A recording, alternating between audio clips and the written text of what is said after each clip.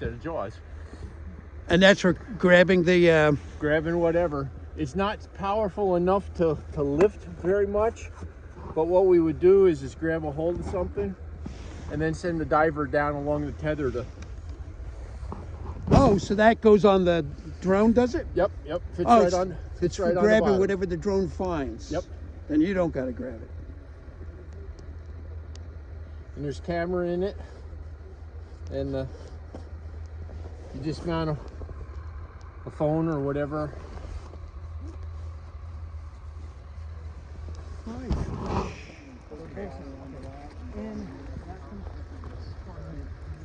Yeah, this compartment inside back was this 344. Inside there, there's 3 holes. Get the longest one.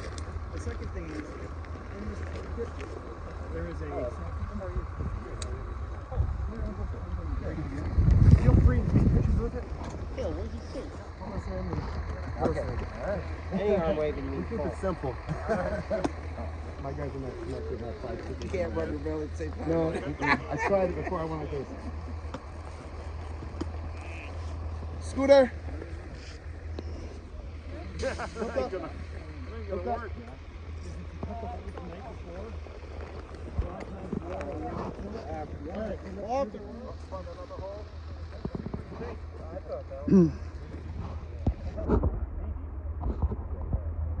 He's got his feather. Is that up? Okay, you gotta get off our line. We got a guy going in. Hold up. Alright. That is hooked right here. Get the back.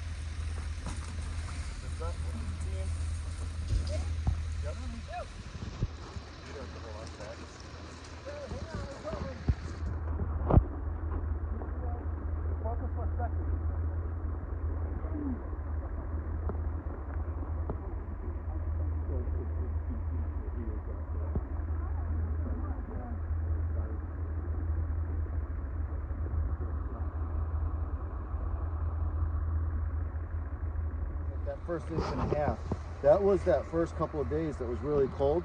Then we had that first snowstorm, right? And this is where we started to create that darker, that milky ice. So this ice here, if you were able to actually cut it real smooth, is crystal clear. It was so cold, it was creating ice so fast that it's actually crystal clear. So that inch and a half of ice right there is stronger than 4 inches of like this milky ice. That milky ice is no good. So, and matter of fact, on top of this ice, there was another layer because we had that other snowstorm, right? And then we had that water layer in between. So that's what we were feeling. So as this ice created, like right now, you're not creating good ice. It doesn't matter how cold it is until all that top surface actually starts to form ice. So it's, like I said, I just wanted you guys to see that real quick. That this right here, if you can get like a good week of really cold temperatures, I've gone fishing on like 2.5 inches of ice that was crystal clear. I was actually jigging at 30 feet down, and I could watch my jig. Now, anybody knows ice fishing, you're only little tiny things, right? Yeah. So this ice is like really strong right there. So that little layer, and then it gets weaker as it goes up. But if you have enough of that milky ice, obviously it will over time get stronger. So I just wanted you guys to see that. Yeah, we do have a training video on the ice and the different types of ice and stuff like that. PowerPoint presentation. I can tell you I'm not a big PowerPoint guy. So we do have those. It helps because it shows you like one of our biggest training is the biggest fire back in the 70s, and there's big firefighters that went over. That's one of our. We talk about that a lot. Yep, we talk about that awareness. That's why I said to you guys, ask questions. I don't know if anybody knows the story about those guys. They saw a boat, they thought they were victims. Instead of asking questions, they went in and 3 firefighters lost their life. So I think after that, that's when we created our water rescue team right after that show. So it's education, you know, questions. Like when you said, how many victims are there? 2. You have a partner, find some witnesses and see how many people got in the water. And you just basically start talking to them. You guys did really good today. Really, really, really well. You got your stuff together. You know, you didn't need us. You don't. I mean, you guys adapt and you guys got technicians that are, you know, like listen to what I said. Because, like I said, you weren't there, but you have anything to say, yeah, that's pretty good to do. And we do things differently. We've been doing this for years. Doing it for a long time. We're so used to ways that we do things. We can operate, and what Cal is trying to work on is getting this thing together where when we come together as a team, we all have the same signal and everything is down pat. Chris and I are working on some stuff with Cal. So, just so what he's our talking tank about is system. we're actually working with Endwell, and we're gonna start a metro thing. So basically, we're all gonna be playing off from the same card. So we're gonna know what one another's capabilities are.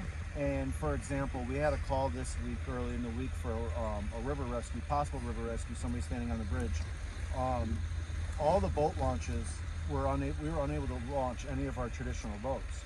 And we were in the process, we would have, if we had already had these meetings and everything, your guys' airboat would have already been on the way, because you guys have that ability.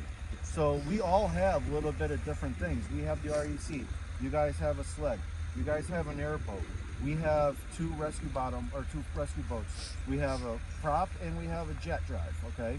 Endicott is getting an inflatable and a prop rescue boat, just like ours. Endwell has two inflatables and a hard bottom boat. So with all of these teams coming together and training together and knowing how one another operate, you're going to get a better turnout. You're going to have a better safety track, because you got to remember, one thing about water rescue is it's high risk, and it happens very few and far between. It's not every day that you have water rescue scenarios that you're going out on. So it's not like a fire call where you can train as you go and do it every time. So we're going to start doing some stuff together a lot, which is going to be great all the way through the summer, as long as we can make it work. And then we're going to all be, like I said, playing off the same. We're going to know what one another is going to do as a water rescue team, and we're going to help. We're going to be able to be ready and start working together.